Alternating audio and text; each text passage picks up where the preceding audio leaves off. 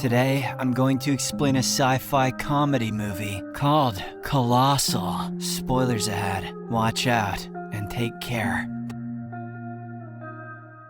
The movie opens on a seemingly normal night in Seoul. A young girl is anxiously looking around a public park for her favorite doll that she had forgotten to take a few hours ago. She luckily finds it lying on the grass and informs her mother about it. This is when the night turns from normal to really weird. As the girl and her mother are about to return home, they notice a colossal monster walking between the nearby buildings. The girl screams in horror, and the monster turns around, absent-mindedly looking at her general direction. The scene abruptly shifts to 25 years later as a down-on-her-luck and out-of-work writer, Gloria, returns to her boyfriend's apartment in New York. She sheepishly enters through the front door, looking extremely shabby and hungover. That is because she has been partying and drinking all night long. However, her boyfriend, Tim, who has seen her alcohol-fueled night outs all too often, puts the gauntlet down. He plainly tells her that she's an out-of-control mess and gestures to the bedroom where all of her things are already neatly packed away. Tim then heads to work after telling her that she'd better be gone by the time he returns. With nowhere to go and no one to rely on, Gloria is forced to return to her childhood home in Mainehead, New Hampshire. Her parents have already passed away, and the house is empty, with not even a single piece of furniture around. Hence, Gloria is forced to sleep on the floor for the night. Gloria is such an alcoholic that she doesn't know you can sell houses. Early the next morning, she heads to a local store and buys an air mattress. She is dragging it home when a truck pulls up right next to her. To her utter surprise, it's her childhood friend Oscar, who is extremely delighted to see her back in town. He gives her a lift, and they end up hanging out at Oscar's bar, which he inherited from his father. Gloria is unnerved by the amount of alcohol on display, as she's trying to abstain from drinking. As they are chatting away, it takes a lot of mental strength to keep her mind off of alcohol, and she begins scratching the top of her head mindlessly. Seeing this, a bemused Oscar asks what she's doing, to which Gloria replies that it's a nervous tic. Eventually, she ends up downing a few bottles of beer along with Oscar and his friends. He tells his buddies Garth and Joel that back in elementary school, Gloria would always win the annual short story writing competition, while he would always end up in second place. This seems like an innocent, nostalgic observation, but deep down, Oscar seems to have some sort of an inferiority complex. Things get slightly awkward when he goes to get another beer and returns only to see a drunk Joel trying to kiss Gloria. Oscar freaks out, grabs his keys, and leaves in a hurry. A tipsy Gloria then has to lug her mattress back home. On the way, she drags it through her old elementary school playground. She eventually manages to make it home by late morning and immediately dozes off on her new mattress. A few hours later, Gloria wakes up to a phone call from her sister, who tells her that the city of Seoul suffered a monster attack in the night. A confused Gloria quickly pulls up the news articles on her laptop. Sure enough, there's footage of a giant monster appearing in Seoul for a few seconds before disappearing again. She calls her boyfriend Tim, but he inquires why she's hearing about it now when the attack happened 9 hours ago. Gloria tries to evade the question, but Tim figures out that it's because she was drinking all night and begs her to seek professional help for alcoholism. Contrary to that suggestion, Gloria is out drinking again, and late at night, she ends up falling asleep on a bench at the elementary school playground. The very next morning, around 8 a.m., she gets up and tries to call Tim. The latter picks up, but when he realizes that Gloria is still intoxicated, he hangs up. That afternoon, Oscar brings her an old TV, and they drag it into the empty living room. He then informs her that the monster attacked Seoul again last night, but instead of walking around like the previous night, it just stood in one place and made weird hand gestures. Godzilla has learned sign language. It is also revealed that the monster always materializes at the same time, 8:05 a.m. Nonetheless, Oscar shifts the topic and offers her a job at the bar while she's in town. Gloria, who has nothing else to do, accepts it and thanks him for being so kind to her. As the two friends hug, Gloria notices something weird in Oscar's pants and on the television. News footage shows the monster scratching its head exactly the same way that she does when she's nervous. This continues to eat her from within as that night, while working at the bar, Gloria sees more footage of the attack. She can't help but Charlotte noticed that the monster looks as if it was on a phone, just like she was around 8 a.m. last morning. Once she is back home, Gloria looks up more footage on that monster. She notices that in the first sighting it looked like it was lugging something along on its shoulder. This is identical to the way Gloria did when she took her mattress home. As days pass by, she starts getting more and more anxious. Gloria spends days formulating her theories, charting maps of Seoul and the monster's movements. One day, with a map in hand and entirely sober, she heads to the elementary school playground and steps inside at exactly 8:05 a.m. She doesn't move forward. Instead, she raises her arms above her head before rushing back home. Once Gloria is in her living room, she turns on the TV and sure enough, the creature has made another appearance in Seoul. This time, it didn't destroy any buildings. It just stood there and raised its arms over its head, exactly like Gloria did. This puts it beyond any doubt that she's the monster that's been terrorizing Seoul. That night, after work, Gloria impulsively decides to reveal her newfound secret to her friends at the bar. She makes the group drive down to the playground and pull out a live feed of Seoul. They then watch the live stream while she steps into the playground and starts to dance. Sure enough, the monster appears in Seoul, mimicking her movements. Suddenly, 2 NATO attack helicopters arrive at the monster's location and fire missiles. Gloria can simultaneously feel a strong stinging sensation on her body back in New Hampshire. However, in her drunken stupor, she punches the air around her, which destroys one of the helicopters back in Seoul. Gloria immediately realizes that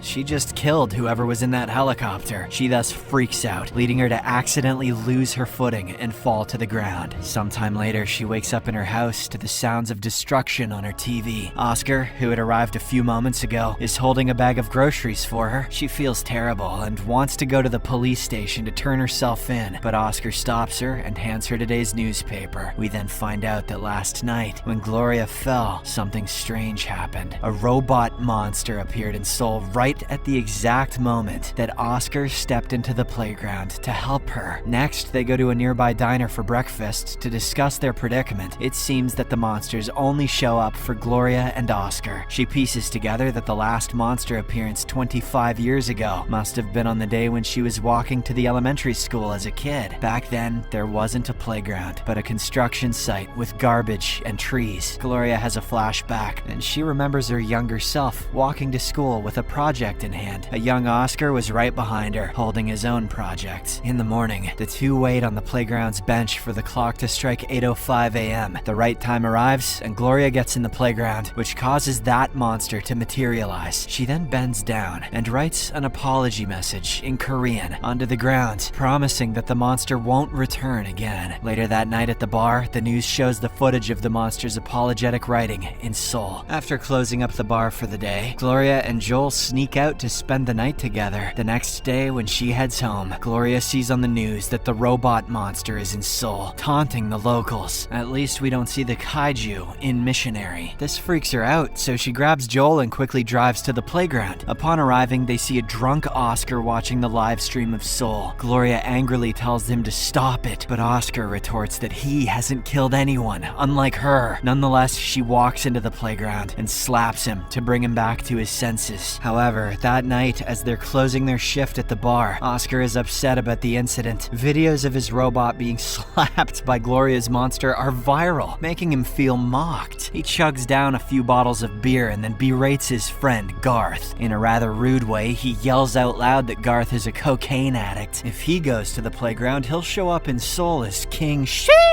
Dora, and then bosses Gloria around. It is also revealed that Gloria hasn't been drinking for a few days now, as she is scared that she'll end up drunk in the playground. Oscar takes this as a personal attack, so he puts down a beer and tells her that if she doesn't drink it, he'll take a walk through the playground later. However, the plan doesn't work, as Gloria takes that drink and pours it on the floor. Seconds later, Oscar gets into his truck and goes to the playground. Gloria tries to stop him, but he yells back and drives away. This prompts her to chase him on foot, and they both end up in the playground at 8:05. Once there, she punches him, and they get into a scuffle. An enraged Gloria shouts that she is quitting her job at the bar, but Oscar pushes her down and threatens her to come back the next day. If she doesn't, he'll destroy a whole neighborhood full of innocent people. Oh, this movie is an analogy for being an asshole. Sometime later, an exhausted Gloria is trying to sleep in her home when she begins to have flashbacks. She remembers remembers what she was doing that day 25 years ago when that monster first showed up. Turns out she was walking to school with a cardboard model of Soul in her hands until it flew away in a gust of wind. A little Oscar, who was right with her, then climbed a fence into a construction site after her model. But her train of thought is interrupted by Joel, who arrives on her doorstep with a truckload of furniture. He claims that these are from Oscar, who is sorry for what happened the night before. Gloria doesn't know what to make of this, so she runs to Oscar's house to demand an explanation. However, he apologizes for hurting her and starts crying. He asks to be friends with her again, and she accepts, as long as he stops drinking late at night. The surprises don't end there for Gloria, as she receives a call from Tim as soon as he gets back home. Turns out he is staying at a nearby inn and wants to meet her. So, shortly afterwards, Gloria takes him to the bar where he meets Oscar, but Tim instantly becomes jealous as he doesn't like his girlfriend hanging out with other men. On the other hand, Oscar also starts acting weird. He asks Tim what would be the most irresponsible thing to do in a bar. Tim doesn't really know the answer, and so Oscar pulls out a huge firecracker from the back. He lights it up, and as the customers run away, the firecracker explodes. Smoke soon fills the bar, chairs are set on fire, and several things shatter. But luckily, no one is injured. Although everyone watching is stunned as to why Oscar would do such an irresponsible thing, they don't realize that he did all of this to show Tim how crazy he can be if things don't go his way. A shocked Tim then grabs Gloria's hand and tries to make her leave, but she refuses. She knows that if she doesn't stick with Oscar, he'll use his giant robot to destroy Soul. So Tim drops an ultimatum, stating that he's leaving town tomorrow at midday and hopes that she'll be with him. The nightmare has just started for Gloria, as when she goes home after her shift, she finds a drunk Oscar waiting for her. She tells him to get out, but he refuses, explaining that he's there to make sure that she doesn't leave town with Tim. Unsure of what to do, Gloria scratches her head anxiously. This seems to activate her childhood memories, and she recalls more about that day 25 years ago. We find out that when Oscar climbed the fence to retrieve the miniature replica of Soul, Gloria sneakily followed him into the site. She watched in horror as Oscar pulled her project down and crushed it. The young Gloria was enraged, and her anger somehow attracted a lightning strike to the area, causing blood to stream from her forehead. The lightning also affected Oscar, and they both fell unconscious. He was holding a toy robot, while she had a little toy monster. Both toys look exactly like the monsters that appeared in Soul. Neither of them, though, was carrying a Tickle Me Elmo. Thank fuck. Now, Gloria realizes that Oscar hates himself. Hates how his life is so small and uninteresting compared to hers.